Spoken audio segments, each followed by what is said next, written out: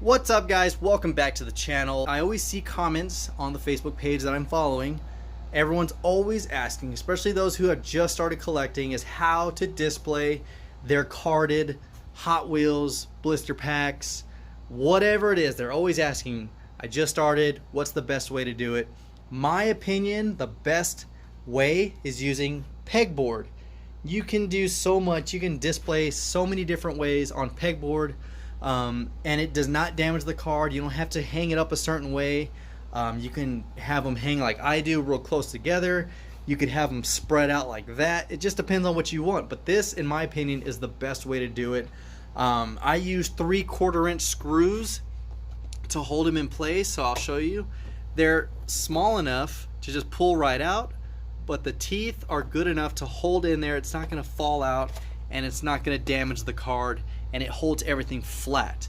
I do really recommend using pegboard. It's just one of the things that I got lucky that this man cave came with when they built this shed. Also lucky it has AC in here. It is Arizona, does get hot, but it doesn't get too hot in here because they actually lightly insulated the walls and everything. It's actually stuccoed and tiled like a house, so it actually stays pretty cool in here. It does get a little muggy, but nothing to where it's damaging my cards.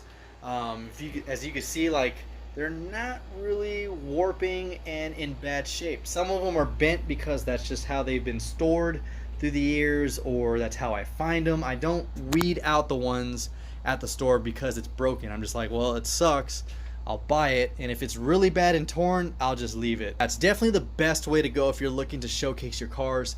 I do really like it. You can actually spread them out, so like with these holes, they're 1 inch apart. I do every 3, so I'll do one here, go down, put another, and it gives you the perfect space in between each one. And then you just decide how much space you need between.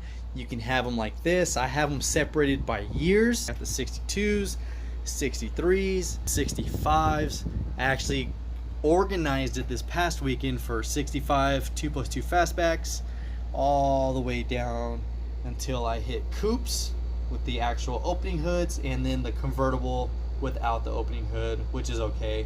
I even did the GT500 fastbacks all the way down until the 67 coupes. I just really tried to organize it. I really tried to put the ones together, kind of color coded together, the greens, the blues, the fox bodies.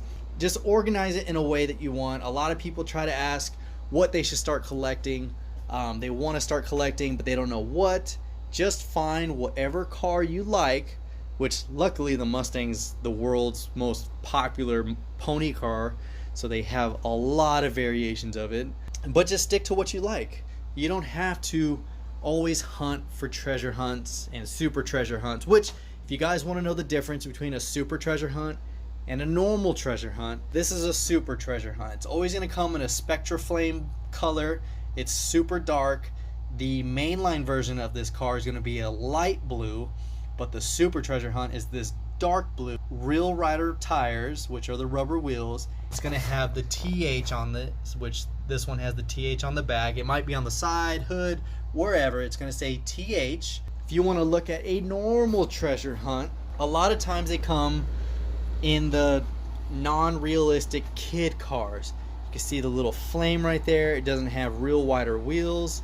It doesn't have any Spectra Flame, but it is a different color than the mainline one, and it just does, and it has the flame.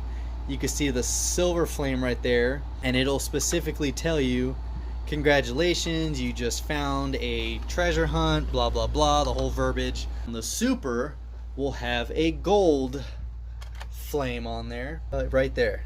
It's gold. So supers will have the gold, normals will have the silver with the verbiage saying congratulations, you found a treasure hunt. Those are the two big questions I see a lot of times on the forums, is how to display their cars, and what's the difference between a super treasure hunt and a treasure hunt, or how do you even know if it's a treasure hunt. Don't go hunting just for those. Don't try hunting for cars that are worth money. Just find what you like. Look at this collection. This is not even a big collection. To the average person, this is like crazy, like a crazy amount.